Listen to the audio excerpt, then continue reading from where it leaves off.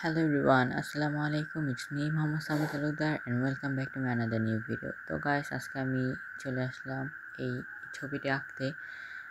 আসলে যেহেতু আমি প্রপার আর্টিস্ট না, তো ভুল টুল হলে অবশ্যই ক্ষমাসুন্দর দৃষ্টিতে দেখবেন।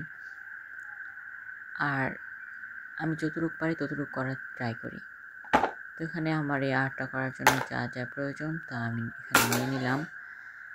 আর এখানে সকল ধরনের রং এবং আমার আর্ট করে অ্যাক্সেসরিজ আছে। আর এই তো এটা আমার জার্নাল বুক। এখানে আমি জার্নালের পাশাপাশি কিছু আর্টও করে থাকি, এটা আপনারা দেখতেই পাচ্ছেন। এখানে আমি কিছু আর্ট করেছি, চাইলে এগুলো টিউটোরিয়াল দিতে পারবো। তো চলে যাওয়া যাক মেন পার্টে। তো এখানে আমি এই দৃশ্যটি আঁকার জন্য এই ডোমসের কালারগুলো ইউজ করব। এই কালারটা শেষ হয়ে গেছে, নতুন এটি পারচেস করতে হবে। তো এখানে আমি পুরো পেজটা আগে নীল করে নিব। এইভাবে পুরো পেজটাকে নীল কালার দিয়ে কভার করতে হবে। তো এই তো এখানে আমি পুরো পেজটাকে নীল কালার দিয়ে কভার করে ফেললাম, আপনারা তো দেখতেই পাচ্ছেন।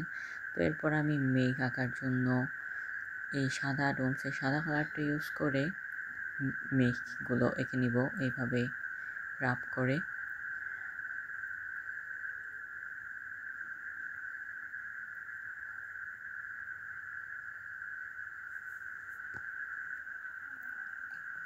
তো এই তো এখানে আমার পুরো মেঘটাই আঁকা শেষ।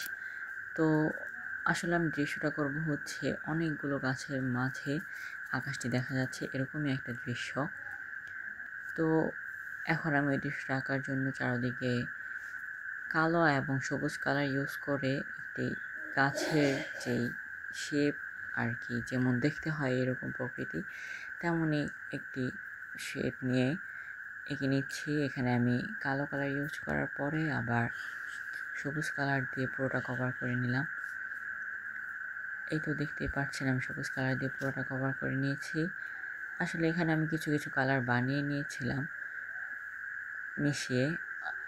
তো এরপর আমি একটি হালকা সবুজ কালার লাইক টিয়া কালার গ্রে করে আর কি চারদিকে ভাবে গোল গোল করে রাব করে দেবো আর কি, গাছের আকৃতিগুলো যেমন হবে এভাবে।